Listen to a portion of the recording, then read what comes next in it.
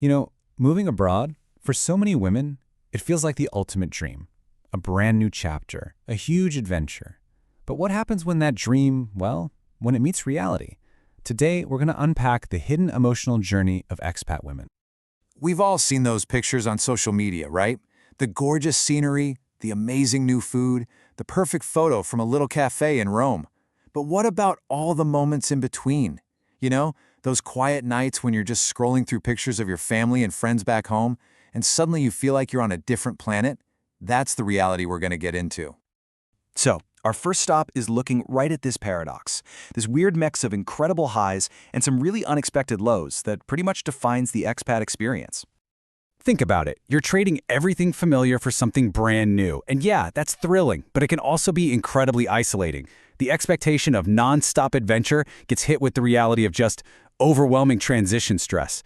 The dream of making all these new friends bumps up against the fact that you're totally disconnected from your support system. And that fresh start, it can feel more like a confusing journey of trying to figure out who you even are anymore.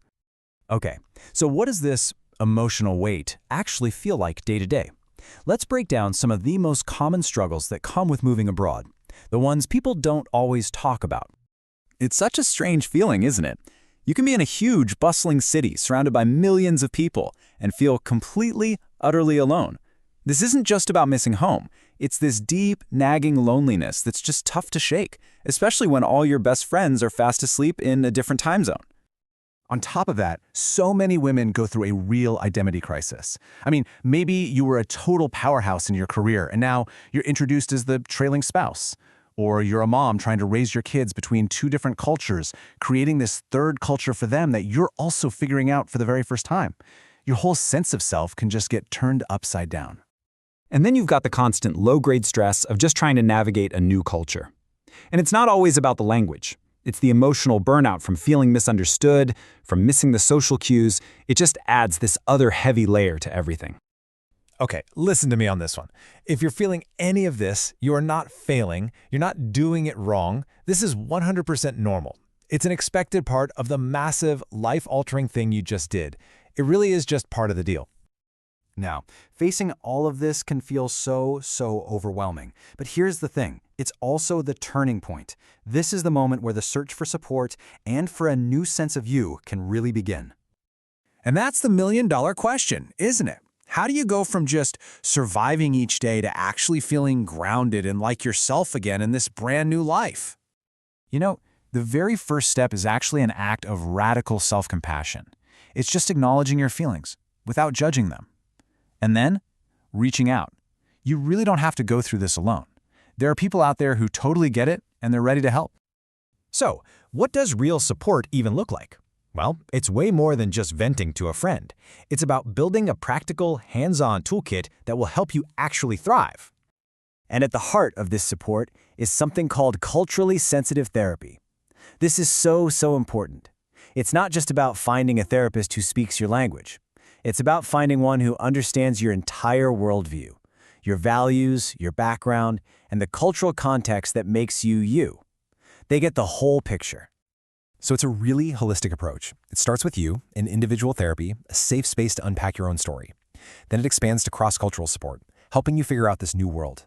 From there, you might work on communication coaching to strengthen your relationships. And finally, and this is a big one, you get real guidance on how to build a new community from scratch. Now, therapists use all kinds of proven tools to help with this. For example, there's cognitive behavioral therapy, or CBT, which helps you challenge those negative thought patterns. The ones that say, "I'll never fit in here." There's also ACT, which helps you accept your feelings and stay true to your values even when it's really hard. And narrative therapy is this amazing tool that helps you basically rewrite your own story, to see this chapter of your life in a new, more powerful way.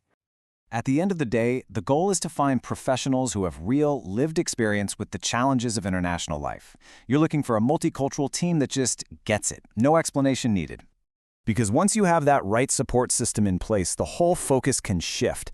You're no longer just trying to cope with the hard stuff. You're actually building a genuinely fulfilling life and learning how to truly thrive in your new home. This is all about creating a life that feels real and connected. It's not about just putting on a brave face for the folks back home. It's about a deep emotional integration that allows you to flourish in every part of your life, personally and professionally.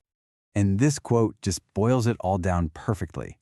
It's about finding that delicate but absolutely crucial balance between adapting to your new culture while holding on tight to the core of who you are. So, I want to leave you with this question. Moving beyond just surviving isn't only possible, it's the whole point. And it's really worth asking yourself, in this new chapter, what would thriving actually look and feel like for you?